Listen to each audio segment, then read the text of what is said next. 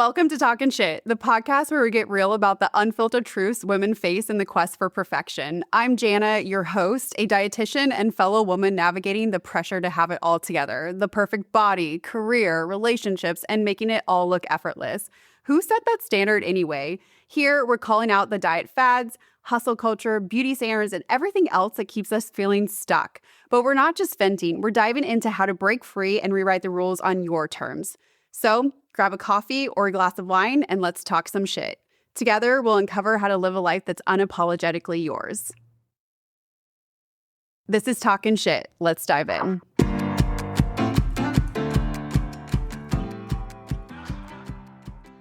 Welcome back to the Talkin' Shit podcast, everyone. I have a fellow dietitian. If you don't already notice the theme, I seem to be having dietitians on as of late, and I love it.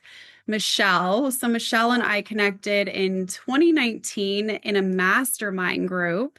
And it was one of the most nerve-wracking experiences I've had to date as an adult. But I had to get up and speak in front of like 50 other health professionals and share more of my story. And as I shared my story, it really resonated with Michelle, and that's kind of how we stay connected. And she really helped me actually process some of the grief that I was experiencing. And we're going to get into that a little bit more. But Michelle, it's so good to see you again. I'm so happy to have you here. Yes, thank you so much for having me. I'm so excited to be here. I'm honored. And I can't believe it's been that long since 2019. So long. Yes, it felt very weird saying that. I'm like, and I feel like it's like even through like COVID, I feel like it's before COVID, after COVID, like time frames or whatever, like it's just a hot mess. Yeah. But glad to see you. Tell us a little bit about what you do, so that the audience can know. Yes. Well, I'm a holistic soul dietitian and I help mostly women after transitions reconnect with their authentic self through mind, body, and soul nourishment. So it's a mix of the nutrition, like traditional dietitian, and also more of the spiritual connection to self and talking about things like grief, because that to me is all part of health and wellness and what's important to process and to nourish in order to be your authentic self and kind of live your healthiest, best life. Yeah. And I did your program, and what was super interesting to me is that you had a different angle, right? Like, so I will die on this hill of saying like it's not just nutrition that determines your weight or your health, right? Like there's so many other factors. And what I loved is that you're willing to talk about that. And also, you brought in the spiritual component, which I feel like it oftentimes is deeply missing when we are looking at nourishing or fueling our body. And so I'm really excited to dive more into that because it was so healing in my own journey. And it's just been so healing for other women. So why did you, or how did you start like adding in that spiritual component to nutrition? Yeah, well, one, I was so honored that you were a part of that program. And again, like throwbacks, it's been so long. I miss it. A part of me misses it so much. And thank you for being there. But yeah, I think it was hard for me to separate I think when I started out with nutrition, when I wanted to do sports, and that I totally pivoted once I started talking to people and we got into the emotional and psychological piece. To me, that was so like I couldn't not have those conversations with people as it related to like why they weren't nourishing their bodies and doing the things that was helpful for their physical health. I just saw that correlation pretty early on.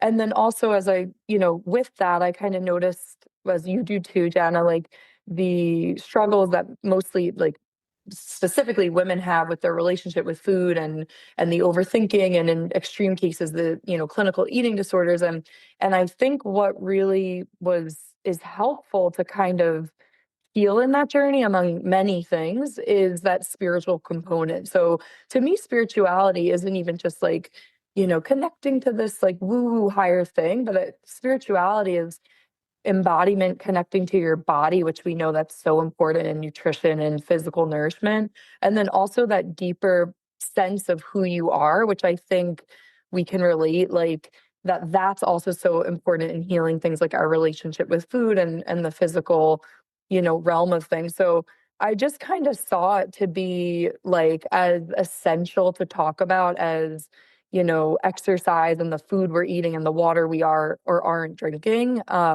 As far as like that, what alchemizes like true healing or, having that peace with food. So I was afraid to talk about it for a long time, but then once I did, it just made everything else kind of click better for myself and then also for clients. I think it's, in my opinion, like the piece of the triangle that's necessary.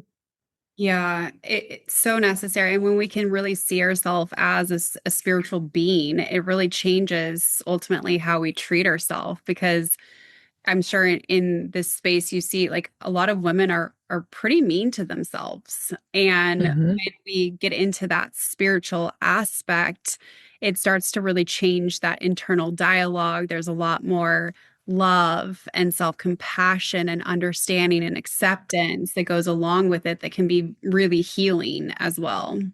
Hmm. Totally. And you start seeing yourself more than just, the physical body, and you kind of are like, wait, I don't want to restrict food or be mean to myself. Like, why would I take it out on myself like this when we start to, draw that connection of all parts of us?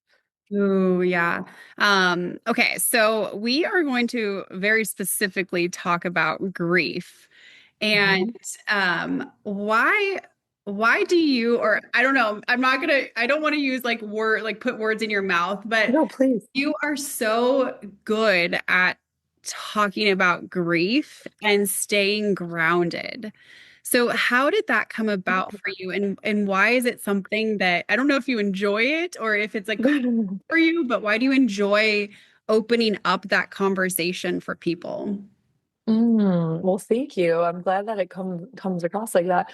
Um, yeah, I mean, obviously, like first and foremost, my own walk with grief with my dad and losing my dad and what that kind of did to me personally, in my own life. And then I think just, yeah, I think I've always kind of enjoyed like not being afraid to talk about like kind of the maybe the unsexy thing of like this is also hello like affecting us, like why aren't we talking about this, whether it's grief or like mental health and how that role is playing a role in our nutrition and our physical health and things like that. I think just being okay with, I guess, speaking out in the name of knowing that this is also what's going to help other people heal and be healthy, which is what you and I and I think dietitians everywhere are really passionate about. Like we want people to be healthy and be free. And for me, I think that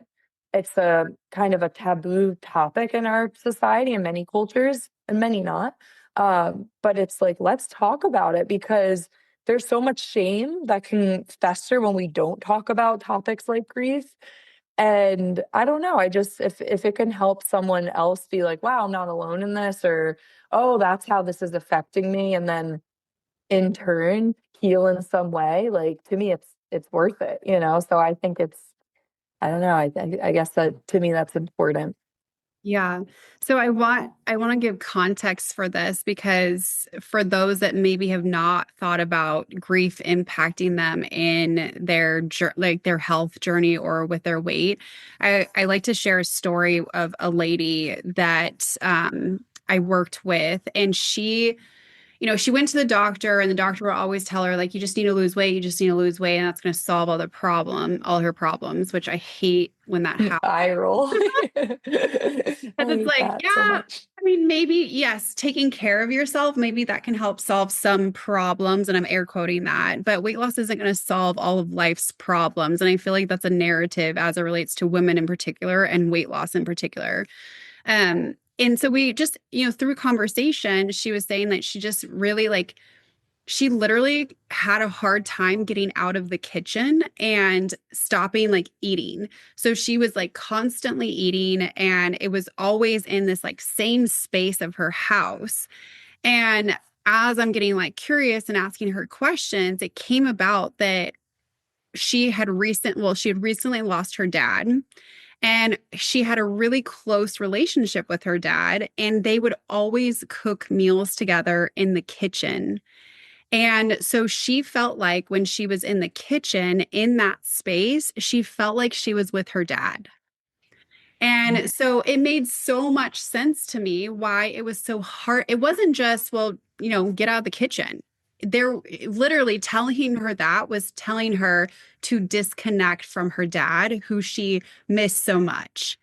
And so Mm, as we started understanding that, she one was able to get connected to counseling, to a grief support group, and then she started to be okay with disconnecting from the kitchen because she knew that that mhm, wasn't truly how she could really connect with her dad. I mhm. think It's that, beautiful. yeah, and I think that's such a good example of how grief may impact us in our journey with food and also our weight. But what are some Mhm. other examples that you've seen of how this is just all connected? Yeah, absolutely. I think that's a beautiful example. That's kind of maybe like a really like prime example of one way. Mhm. So it could be things like that. And even as you were speaking, I'm thinking about, and I think anyone listening can just relate to like the traditions that come around food. I mean, that's across the cultures, right? So like, feeling close, like this time it's Christmas time, we're approaching that. And I have a lot of people who bake cookies because, in honor of their mom, or that's a tradition. And then when they passed on, and it's like that, depending on where we are at mentally with that, yeah, that could look like an overeating or an uncontrolled episode there that obviously directly affects your intake. But I mean, there's just so many ways. I think it sometimes too, it depends on the phase of grief. I think there's a difference between being in that, I call it like the acute phase, where it's like it just happened, where, people respond to that differently, especially depending on the type of grief. Is it a traumatic loss? Is it more of a, non-traumatic, where, think an older grandparent that kind of lived to they were 90, died peacefully, that kind of thing.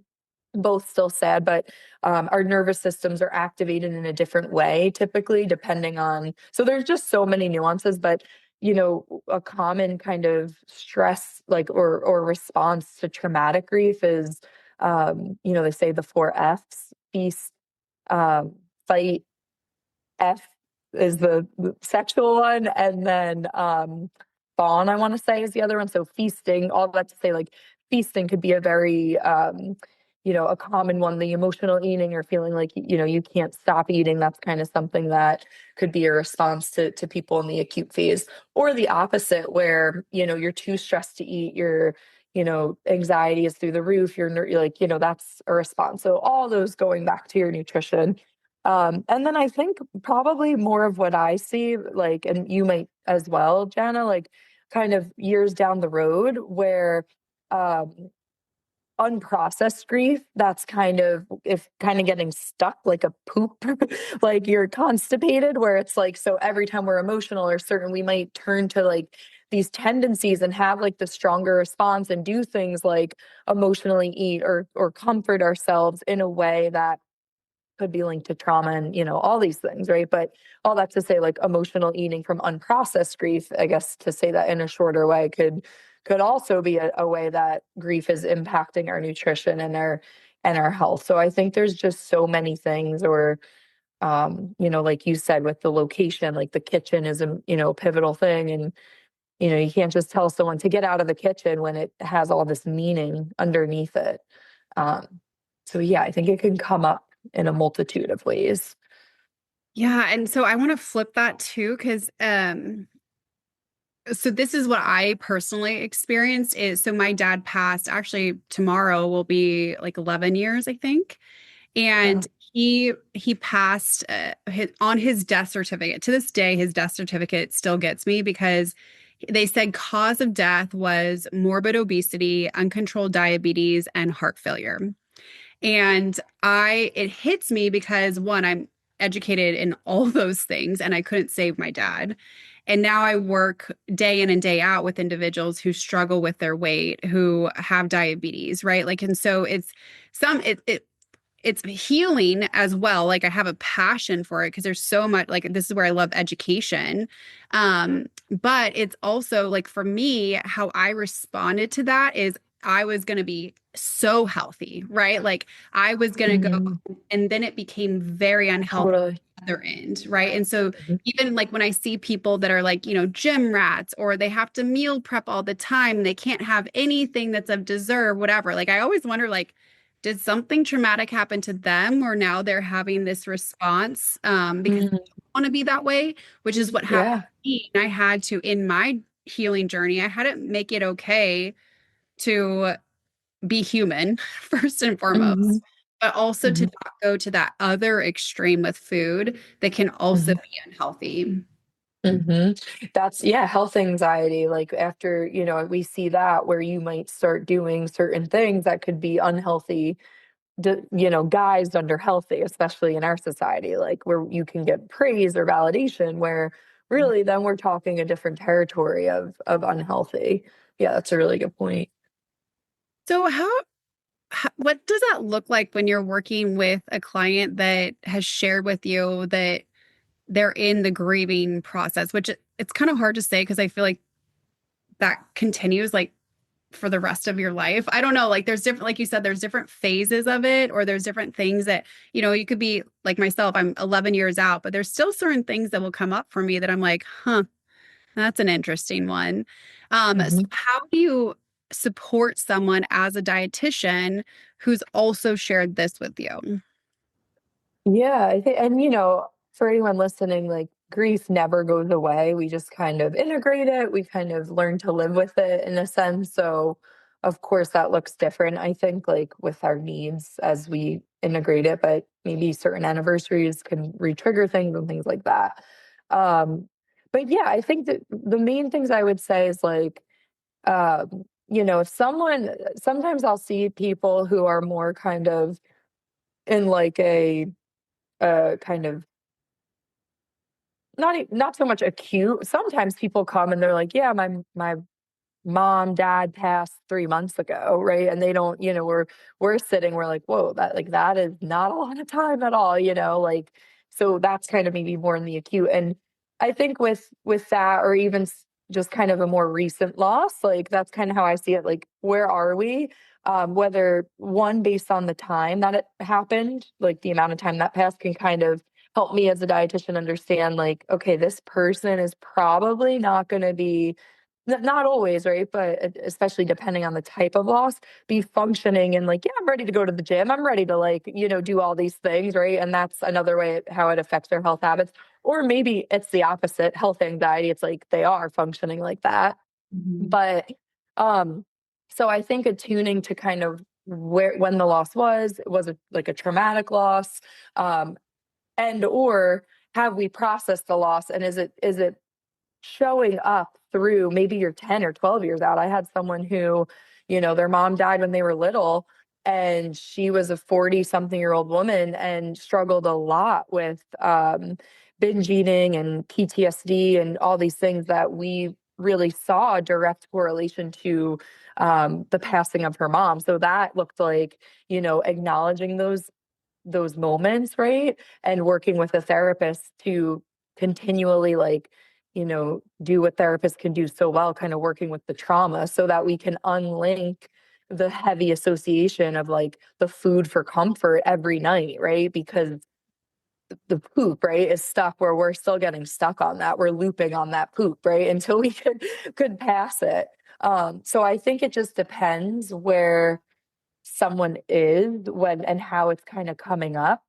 Um, and then, yeah, I think also just like in the other phases or anywhere across the span when you're working with grief, like kind of like normalizing just like how we physically heal our gut before we can really expect like weight loss and things like that. Like if there's things going on in the gut, like we all know that, it's not going to be as straightforward to lose weight all the time. I don't know where you stand on that, but like kind of similarly, like if we're dealing with that emotional constipation, we shouldn't put the demands on ourselves to get somewhere until we address kind of emotionally how we're responding to that, especially if it's affecting our food and our fitness or things like that.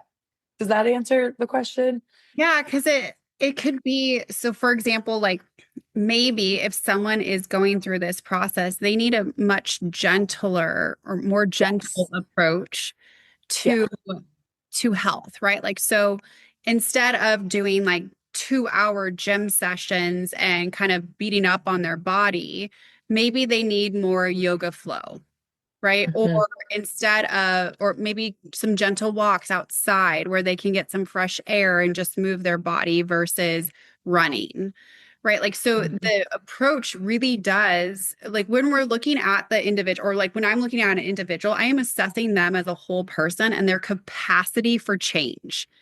And Hmm. if we have this load, this grief that we are carrying, it can be really heavy and it can impact our motivation, our desires, our abilities to do certain things because there's so many other things happening for the individual. And so it Hmm. changes what might be best for that person versus another phase of life where they feel like they've done a lot of healing. They have a lot more energy, Absolutely. have capacity. So then we can really push it forward in a different way. Hmm. But I think that's really important to delineate is it's not going to look the same if we have this that we're also trying to Hmm. process. Absolutely. And I think the best visual that I could give or kind of metaphor to people is like, we wouldn't treat someone who doesn't have a broken foot to and like or ankle or whatever broken leg with the same like fitness plan that we would treat someone who does have a broken leg or foot, whatever it is. And you wouldn't put someone in the game with the broken foot. You would rehab them. You would do all these other things. So kind of when we think about our grief sometimes, that's what I would encourage people to think about, because we don't really see it like that in society, right? And like most people, because we're not always wearing our grief, right? Like, so, I think of postpartum similarly to this too. It's like you just had a baby. Like you should, your tactics aren't going to be the same as someone who hasn't just had a baby. Like that's just so like kind of, but more so with the grief, like thinking about that grief as like, something to approach with a bit more care, like you said, and not that you wouldn't do that without the broken ankle, but it's a special need, I think. And I think when we don't address the special need, it's going to be that poop that gets stuck, and it can very easily become the bottleneck. And I think that's what we see a lot of times with emotional eating, with the trauma. Like if we're not tending to that as it deserves to be, you know, it's probably going to be hard to like get to where you want to be and maintain it. That's what I've seen at least. Yeah. Well, and I'm just thinking like what a great way to give some grace and some compassion to someone that may be experiencing a lot of different changes in their life. Totally. And the permission, like to know, like, it's okay that I can't play ball with the guy who's playing ball because he's fine. Like all of his bones are working properly. Like I think if we look at it as not an excuse, which some people do, but like just as like a need to tend to, we can readjust our expectations and meet ourselves with more grace and compassion and more aligned nourishment that you actually need, so you can rehab, right, to get back into ball and or whatever it is. Yeah. Okay, so I have this like theory and I'm still like fleshing it out, but I've been sharing it on like podcasts on occasion that Mhm. weight loss can be a trauma response. So Mhm. say that in the sense of like I've seen a lot of individuals that maybe have experienced something traumatic. For example, a breakup, which brings grief with it, right? Like it doesn't have to just be like a losing a loved one, but I mean, breaking up with someone can, if you Yeah. some for some, maybe not Yeah. for others, but create Yeah. that grief. And then Yeah. for women, they'll be like, I'm gonna lose weight. Mhm. And that's like that literally is their like trauma response, like their way Mhm. of trying to like fix the emotions that they are feeling is by weight loss. And Mhm. it doesn't work too well long term because it still Mhm. doesn't address like what's truly going on at the core. Yeah, I mean, I would agree to that for sure. Yeah, you could use that as like a as so many people often do, whether it's a breakup or feeling worthy. I know you talk about that a lot too, of like trying to chase our worth through the scale. Like it's not gonna, I think unless we address those other facets, like you're still gonna be left with a lot of those struggles in Mhm. my experience. And it's gonna be harder to maintain, I think, if your health and your weight loss is coming from that place versus learning like coming from a kind of more healthier, like empowering place. Yeah, and so maybe that like going back into like the if someone's like, yes, I have or I am currently experiencing grief, that's really where I like to change the conversation away from weight loss and to health, right? Like, so Hmm. how can we still want you to, take care of yourself, but maybe at this point in time, the goal isn't weight loss. It is you taking care of yourself. And that can mean many different things. It could be making sure that you're eating, routinely. It could be getting sleep. It could be moving your body in a gentle way, right? Like, so we're not doing anything, right? Like we're still focused in on the big picture, but taking Hmm. that pressure off for weight loss specifically can be really helpful if there's just a lot of things going on. Absolutely. I think uncoupling like weight loss from nourishment always, right? That's I know we're always like trying to shout that on the rooftops. And usually for most people, nourishment is the pathway to weight loss, but that's another sidebar. But exactly, because one of the things that I believe is so imperative to healing through grief and tending to your mind, body, spirit in grief is to take as much pressure off of yourself in every area of your life as possible. So I was just talking about that. I call it the three P's: no pressure, patience, and persistence when it comes to kind of rehabbing yourself or getting your spark back, moving through grief. But and I think, yeah, weight loss and that journey, like that's pressure, right? You're putting more pressure to be like, I have to lose weight on top of, oh, and I'm grieving my dad or, my spouse or my, child, whatever it is. It's like, what? Like that's going to be, even like we're really going to make that journey even more painful when we put weight loss as an additional pressure. So, yeah, I think kind of trusting and shifting the lens and like trusting, like, it's okay, right? Like, give yourself this space to view nutrition and health and fitness, yoga, different facets of health and wellness habits that maybe you wouldn't have explored if it wasn't for your grief. Like, trust like that's okay to shift gears a little bit, even if it feels a little bit more slow. And you're like, but weight loss, weight loss, weight loss. It's like, hey, like if you want this, I wouldn't even think about weight loss, but like if you do want the weight loss to stick anyways, like this is like rehabbing the ankle on the bench before you can get back out on the court anyways, before you can like master your jump shot or whatever. And aka like refine everything for weight loss. Like trust that this is necessary. That's my opinion and I think is important. Yeah.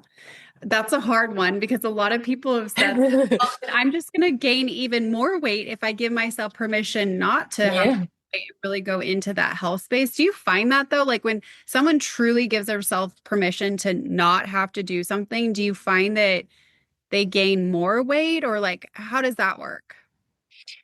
You know, and anecdotally, like, or however you want to say it, like, I don't find that to be the case because, like you said before, like, it's not like you're not caring for yourself, right? Like, it's not like we're like, I think we're creatures of like the all or nothing mindset or like the black and white thinking. So it's like, oh, like, I'm not trying to lose weight. So I'm sitting on the couch with bonbons. Like, that's definitely not it, right? When we're healing through grief, like, and we're tending to ourselves, it still requires us to nourish ourselves, not what many of us are used to, right? Because there's a big difference between moving your body through gentle movement, through yoga and walking and things like that, and eating something for more nutritional healing lens versus weight loss alone. So it's not like all bets are off. But honestly, quite truthfully, Jana, like when I'm working with someone through this, we're not really worried. We're as much as they can trust me, we're putting the scale aside anyways. So are we measuring that data super closely? No. So I'll be frank about that. But also, again, anecdotally, like, no, I don't think that it means like, oh, we're not putting the pressure on, so we're not losing any weight. Mhm. Or I'm sorry, like opposite, like so now it means we're gaining weight. Like I haven't seen that where it's like I'm healing on my grief journey and now my pants don't fit even more. Like I don't think it's like how we think in our minds that it's gonna go. Yeah. I love how you say that unlink, because you said that also with unlink the trauma from food, right? Like that food is providing that comfort during that traumatic experience. But I like how you said, like, we want to unlink, you can still take care of yourself and the scale not change. Mm-hmm. Versus, I think there's a Absolutely. huge association of like, well, if I'm losing weight, then I'm taking care of myself. And maybe that's not true. Maybe, Mm, right? Like maybe yeah, making your mental, emotional, spiritual health worse in the weight loss journey, right? Like, absolutely. yeah, Preach. those I are mean, like that's what so different. that's for so many things we see, right? That's such a conversation right now. But yeah, uncoupling. And just to give you the reverse example, right? Like working through your grief and like not being so, weight loss oriented. I've also seen people lose weight, like in the healthy, modest way, right? Like that's, I know what many people, especially when they're coming through the avenue of food versus like, hey, Michelle, I need to reconnect with my authentic self because grief got me down, right? That's kind of more of the rare. It's usually like through the food aspect. We've seen because you're not obsessing over weight loss and we're, again, using those gentle tactics. Now you actually are losing the weight gently. And usually, of course, people care about that 9 out of 10 times, but that's more that bonus because it's like, wow, it actually feels really good to take care of me in this slower, more aligned way. Um, so kind of trusting in that too, but not like putting so much pressure that it has to be like that. Mhm. Hmm. Man, I just had a wave of thoughts on that because like even thinking about like there is so much pressure, particularly for women to, and I've heard it described this way, like keep their shit together, right? And Yeah. if you are able to keep your weight low or if you're able to lose weight, like there also is an association that you have it all handled. And Mm-hmm. that could That's also, a good point. that's also not a direct correlation, right? Like you could be spiraling out of control and losing weight, right? Absolutely. Yeah. And it's a shame that, that is the society we live in, right? Because you're right. Like those are the messages and the stigma and people talk about people's bodies, unfortunately. So yeah, it's kind of the driver to do the unhealthy thing at the expense of your weight and your health. Or do the unhealth your weight and your appearance, we want it a certain way at the expense of your health, which I know we see a lot. Yeah. Well, so if someone is really resonating with this and is like, okay, I can now see that association, what's like the first step that you would have or that they can take to really be able to step into that nourishment aspect of their mind, body, spirit? Yeah, I think awareness is the first step, like most things. So I think that's really powerful. And I love the concept and the practice of mindfulness. So just that non-judgmental awareness of things. So if you're noticing like, wow, this is resonating with me, I do think however it shows up, maybe it's the classic like emotional eater when we're sad and the grief is kind of showing its way in that way. I think staying present in it and staying curious, like in the moments, can sometimes it's as simple as that and as potent as that. Other times it's not, but that's still going to be kind of the entryway of just that awareness of like, oh, I am doing this thing. Like, why am I doing this? Right. So like using that tactic is the first piece, and then that's a really beautiful entry to like start getting like questioning, well, one, there's the physical nourishment, right? Like how do I physically nourish my body? Spoiler alert, me and like a lot of people aren't always nourishing their body well, and that's okay. That in and of itself can just be such a grounding force if we're looking at like well, am I restricting all day? Then of course that your emotional eating is going to act up at night, right? Grief or no grief. So kind of ask yourself, am I tending to myself like in general, like with proper nourishment? And then I think the third, maybe less talked about piece is how am I tending to my grief or like my emotional well-being? And I think that's what I find with so many women, that whether it's grief or, struggles with alcohol, that shows that there's another unresolved trauma or something in there. Um, you know, to tend to that. So it's like, have I tended to my grief? Wow, no. Right. And then that gets to be, a whole conversation where, with people, I believe in like self-expression. So how can you express your grief through poetry, creation? People make projects out of it. People make, cook out of it, like using a different outlet. Or it could be as simple as like talking about it, like realizing like I've actually, never really processed my grief, and going into support group or just other ways to work with it. So I kind of think it's like a three-pronged approach. Like the awareness, like to recap, is the first thing, and start getting curious without judgment. And especially when you're doing that, like, okay, wait, I'm doing this. Like, why? I'm not really hungry, or like, what's coming up for me emotionally? The second piece, like, am I nourishing my physical body well, or am I stuck in, restriction or diet culture? That's a whole other thing. And then the third piece, like, how am I expressing that, like, through my soul in a different way? Have I tended to my grief? Because that could really be the bottleneck for a lot of people.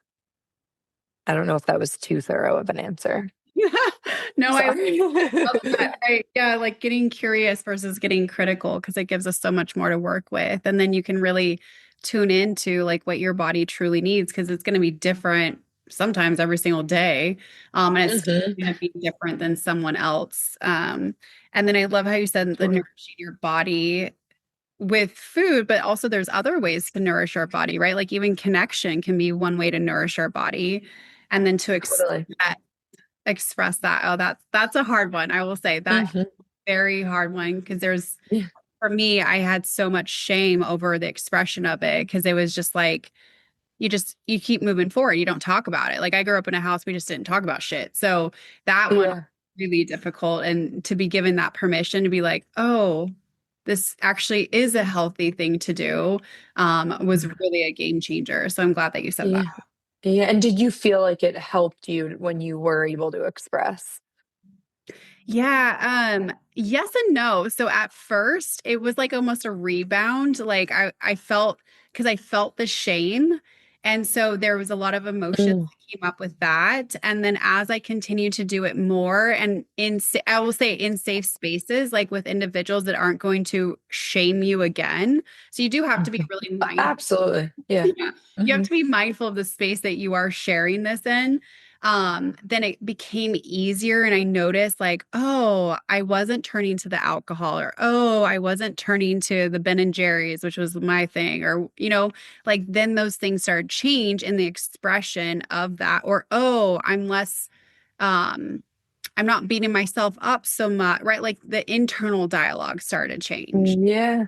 I love that you shared that though, like that at first, like it's like, no, it like wasn't, like it's scary at first. And I also love that you remind us, and we know that this in the research and the amount of grief trainings I've done, this always comes up, like the importance of a safe space. So please, anyone listening to this, like, don't, we're not saying like go just share. You can if you want, but like you're 100% right. Like safe space, there's a better quote around that, but like having the safe space is imperative to like healing, right? So if you don't feel safe, it's going to be hard for people to share and also like heal, right? Like you don't want to just willy-nilly. So yeah, I think that's a really important thing Well, and to be aware of.